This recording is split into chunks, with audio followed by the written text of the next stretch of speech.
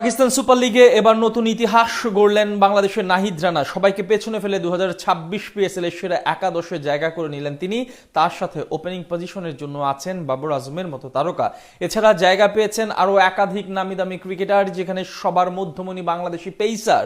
সব মিলিয়ে 2026 পিএসএল এর টুর্নামেন্ট সেরা একাদশে নাহিদ রানার সুযোগ পাওয়া এবং তার সাথে আর কে কে আছেন তার বিস্তারিত রিপোর্ট। নিজের দ্বিতীয় আসর হলেও এটাই ছিল নাহিদ রানার জন্য অভিষেক মৌসুম। প্রথমবারের মতো এবার সিজনে তাকে পেশোয়ার জালমির জার্সি গায়ে পারফরমেন্স করতে দেখা যায়। সেখানে নিজের প্রথম আসরেই বাজিমাত করেন এই পেসার। বল হাতে দুর্দান্ত নৈপুণ্য দেখিয়ে মন জয় করে নেন তিনি।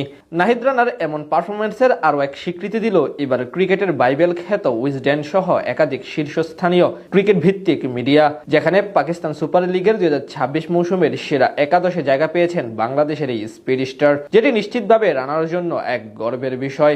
বল হাতে সদ্য শেষ হওয়া পিএসএল এ রানা যা করেছেন তা সবাই মনে রাখবেন বহুদিন। সেখান থেকেই মূলত এমন কীর্তি গড়লেন তিনি। আসরের সেরা একাদশে নাহিদ রানার পাশাপাশি আছেন টুর্নামেন্টের আরো 10 জন সেরা পারফর্মার। সেখানে উইজডেন ওপেনার হিসেবে রেখেছেন পেশোয়ার জালমির অধিনায়ক বাবর আজমকে। ব্যাট হাতে দুর্দান্ত এক মৌসুম পার করে ফ্র্যাঞ্চাইজিটির ট্রফি জয়ে সবচেয়ে বড় ভূমিকা রাখেন তিনি। 11 ম্যাচে পাক্কা 73.5 গড় এবং 2টি সেঞ্চুরির সাথে করেছেন 588 রান। তার সাথে আরেক উদ্বোধনী ব্যাটার হিসেবে তারা রেখেছেন সুলতান মুলতানের ডানহাতি সাহিবজাদা ফারহানকে। 10 ম্যাচে 166 স্ট্রাইক রেটে 380 রান করেছেন এই ব্যাটার। আসর জুড়ে মুলতানের অন্যতম বড় পারফর্মার ছিলেন তিনি। 3 নম্বরে আছেন নাহিদ রানার আরেক সতীর্থ কুশাল মেন্ডিস। ব্যাট হাতে বিদেশি ব্যাটারদের মধ্যে সবচেয়ে সফল ছিলেন তিনি। 11 ম্যাচে মেন্ডিসের নামের পাশে আছে পাক্কা 550 রান। মিডল অর্ডার শুরু বামহাতি শান মাসুদকে দিয়ে। মুলতান সুলতানের এই তারকার সঙ্গে উইজডেনের সেরা একাদশে জায়গা করে নিয়েছেন রানার্স আপ টিম হায়দ্রাবাদ কিংসম্যানের wicket keeper batsman Osman Khan. দুজনেই নিজ নিজ দলের হয়ে গুরুত্বপূর্ণ ভূমিকা রেখেছেন দলকে নকআউট পর্ব পর্যন্ত নিয়ে আসতে। একাদশে অলরাউন্ডার হিসেবে সুযোগ পেয়েছেন লেগ স্পিনার শাদাব খান। 10 ম্যাচে 140-এর উপর স্ট্রাইক রেটে 173 রান করার পাশাপাশি মাত্র 14.48 গড়ে 17 উইকেট নেওয়ার কারণে তাকে একাদশে রেখেছে উইজডেন। তার সঙ্গে পেস বোলিং অলরাউন্ডার হিসেবে সুযোগ পেয়েছেন ফাইনালের সেরা খেলোয়াড় অ্যারন হার্ডি। প্রায় 44 গড়ে ব্যাট করার পাশাপাশি 11টি উইকেট আছে এই ক্রিকেটারের নামের পাশে। সেকেন্ড স্পিনার হিসেবে সুযোগ পেয়েছেন রানার সতীর্থ সুফিয়ান মুকিম। তিনিও বল হাতে পুরো আসর জুড়ে ছিলেন অসাধারণ।